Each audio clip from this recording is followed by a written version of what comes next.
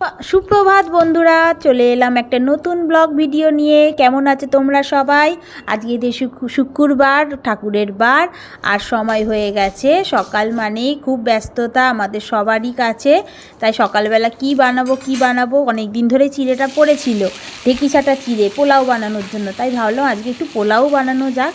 এই জন্য কড়া গরম করে নিয়েছি, সর্ষের তেল দিয়ে দিয়েছি, গোটা জিরে দিয়ে দিলাম ফোড়নে। তারপর আলুগুলো একেবারে ছোট ছোট করে কেটেছি, একেবারে ছোট, যাতে তাড়াতাড়ি সিদ্ধ হয়ে যায়। পাতলা পাতলা করে কেটেছি। আর অন্য রকম সবজি দিলাম না, কারণ আর সময় নেই, আবার কাটতে হবে, অনেক ঝামেলা। তারপর পরিমাণ মতো লবণ দিয়ে দিলাম। আলুগুলো একটু ভালো করে ভেজে নেব।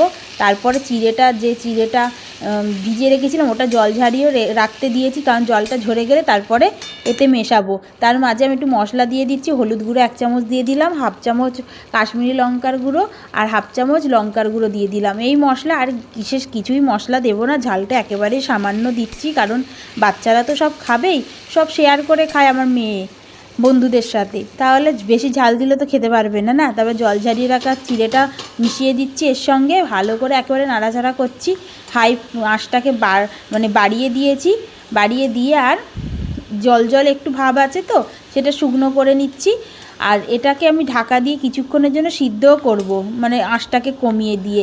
আলুটা যেটুকু বাকি আছে সেটা হয়ে যাবে, আর চিড়েটা একটু নরমও হয়ে যাবে। হয়ে গেলেই লাস্টে আমি মশলা অ্যাড করব। আর একটা কী মশলা দিচ্ছি বলো তো? এই দেখো, ম্যাগি মশলা কিন্তু আমি অনেক খাবারেই যোগ করি, বিশেষ করে বাচ্চাদের টিফিনে কিন্তু ম্যাগি মশলাটা দিলে আরও টেস্টি হয়ে যায়, ওরা বেশ তাড়াতাড়ি খেয়েও নেবে। তারপরে আমার হাতের কাছে একটু কিশমিশ ছিল, কিশমিশটা ভিজিয়ে রেখেছিলাম। কাজুটা দিলাম না, আবার ভাজতে হবে আলাদা করে, তার কি দরকার, কিশমিশটাই দিয়ে দিলাম। আর একটু লবণ কম হয়েছিল, লাস্টে একটু লবণও যোগ করেছি। একটু ভালো করে মিশিয়ে নিলাম, ঝরঝরে হয়ে গেছে। চিড়ের পোলাও কিন্তু রেডি হয়ে গেছে। শুধু একটু নাড়াচাড়া করে নামিয়ে নিলেই পোলাওটা আমার রেডি হয়ে যাবে।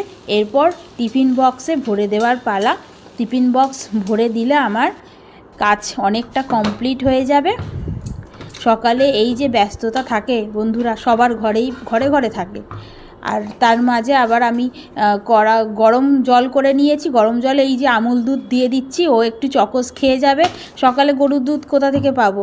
বাসি দুধ খাওয়ার থেকে এই আমুল দুধের চকোস খাওয়া ভালো। সেই জন্য আমি বাসি দুধ মেয়েকে একেবারেই খাওয়াই না। চকোসটা দিয়ে দিলাম, আমুল দুধের মধ্যে চকোসটা দিয়ে ওকে খাইয়ে দাইয়ে স্কুলে পাঠিয়ে দেব। তারপরে আবার আমার অন্য কাজ শুরু হবে। রান্নার ব্যবস্থা শুরু হয়ে গেছে। গোটা জিরা, শুকনো লঙ্কা ভেজে গুঁড়িয়ে রাখবো। এই মশলা কিন্তু অনেক তরকারিতে দিলে টেস্ট হেভি হয়। তারপর এদিকে ডাল সিদ্ধ করতে বসিয়ে দিয়েছি, খেসার ডাল হবে। আর এদিকে মটরশুঁটি ছাড়িয়ে রেখে দিয়েছি, আর সব ভাজাভুজি হবে, কপির তরকারি হবে।